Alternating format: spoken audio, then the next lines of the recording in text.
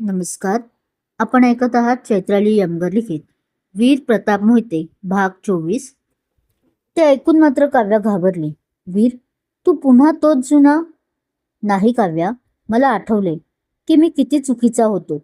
पण मला हेही आठवले की तू मला किती वेळा संधी दिलीस. मी आता पझेसिव्ह होणार नाही. मी आता संशयी होणार नाही. मला फक्त तुझ्या डोळ्यात माझ्यासाठी प्रेम बघायचं आहे. वीरने तिचा हात आपल्या छातीवर ठेवला. काव्या हसली. वीर, तुझी ही परीक्षा आता संपली आहे. आपण आता खऱ्या अर्थाने एक नवीन सुरुवात करूया. पुढच्या काही दिवसात कौस्तुभला जन्मठेपेची शिक्षा झाली.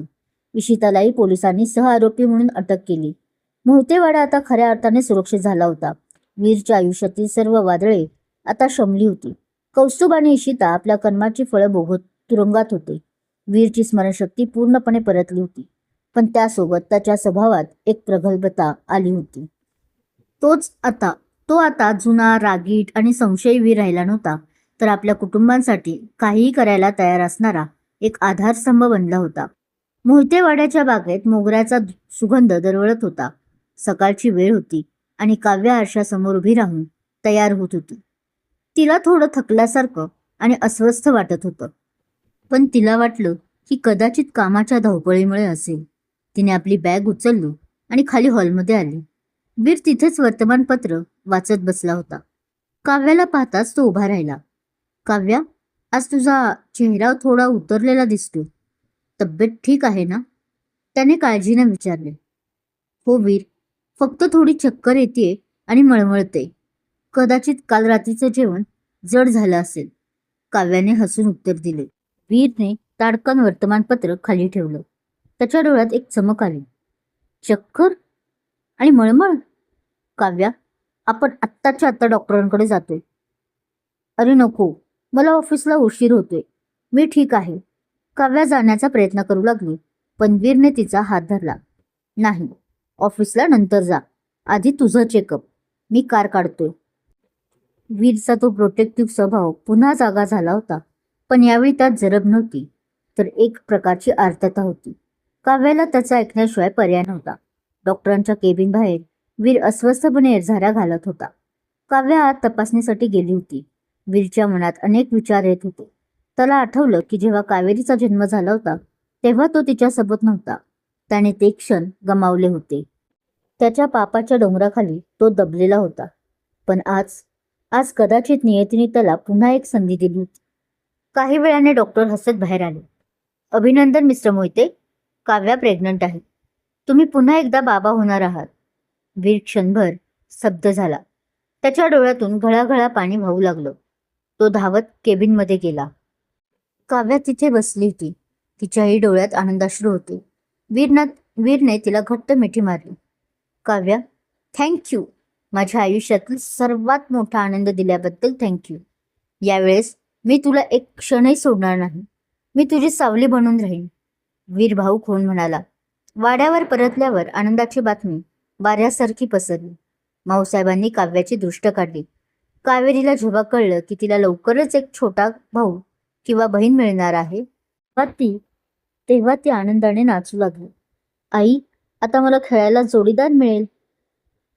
पण या आनंदासोबतच वीरचा अति काळजी घेण्याचा स्वभाव पुन्हा डोकं वर काढू लागला होता. दुसऱ्या दिवशी सकाळी काव्या ऑफिसला जाण्यासाठी पायऱ्या उतरत होती तेव्हा वीरने तिला तिथेच थांबवलं. काव्या, काय करतेस? तुला माहितीये ना, तुला जपून राहायला हवं. पायऱ्या उतरू नकोस. मी तुला उचलून खाली नेतो. वीर, वेडा आहेस का? लोक काय म्हणतील? आणि डॉक्टर म्हणाले की मी चाललं पाहिजे. काव्या लाजत म्हणाली.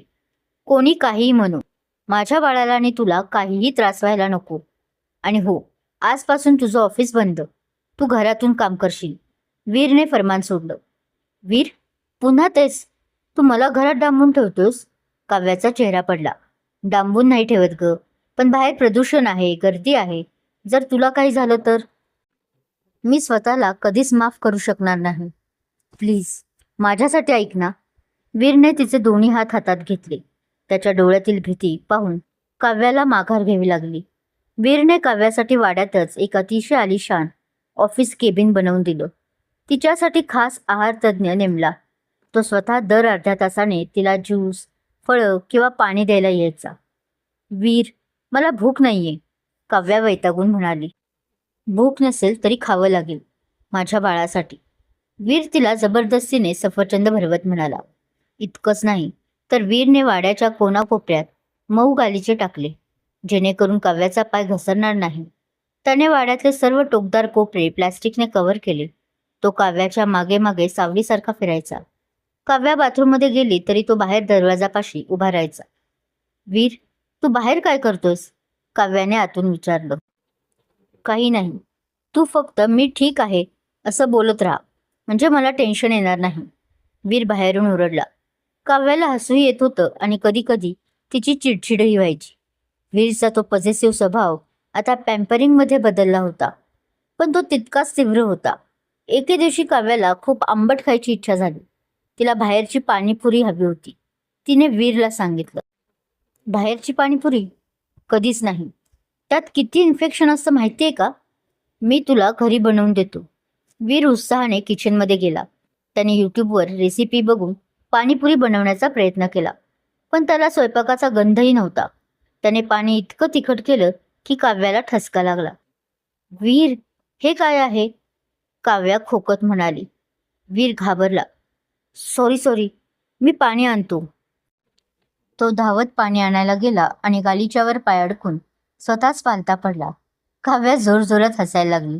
वीरचा तो गंभीर चेहरा आणि त्याची ही धडपड पाहून तिला खूप मजा वाटली. वीर, तू किती गोड आहेस रे, माझ्यासाठी इतकं करतोयस. वीर उठला आणि स्वतःवरच हसू लागला. काय करू काव्या, मला खूप भीती वाटते. तुला आणि या येणाऱ्या बाळाला कोणतंही दुःख मिळू नये असं मला वाटतं. काव्याने त्याला जवळ घेतलं. वीर, तू एक उत्तम बाबा आणि उत्तम नवरा आहेस. तू इतकी काळजी करू नको. मी सुरक्षित आहे, कारण तू माझ्यासोबत आहे. त्या रात्री चांदण्यात बसून वीरने काव्याच्या पोटावर हात ठेवला. त्याला हलकीशी हालचाल जाणवली. काव्या, याने मला स्पर्श केला. बघ, माझा मुलगा मला प्रतिसाद देतोय. वीरच्या डोळ्यातील ते तेज पाहून काव्याला खात्री पटली की आता त्यांच्या आयुष्यात कधीच काळोख येणार नाही.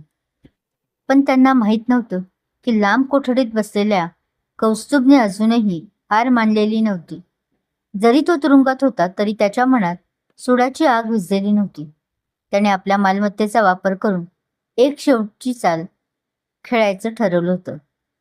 बाकी आजचा हा भाग कसा वाटला समीक्षा करून नक्की सांगा. नवीन असाल तर चॅनलला सबस्क्राईब नक्की करा, जेणेकरून तुम्हाला नवीन भागाचं नोटिफिकेशन लगेच मिळेल. धन्यवाद.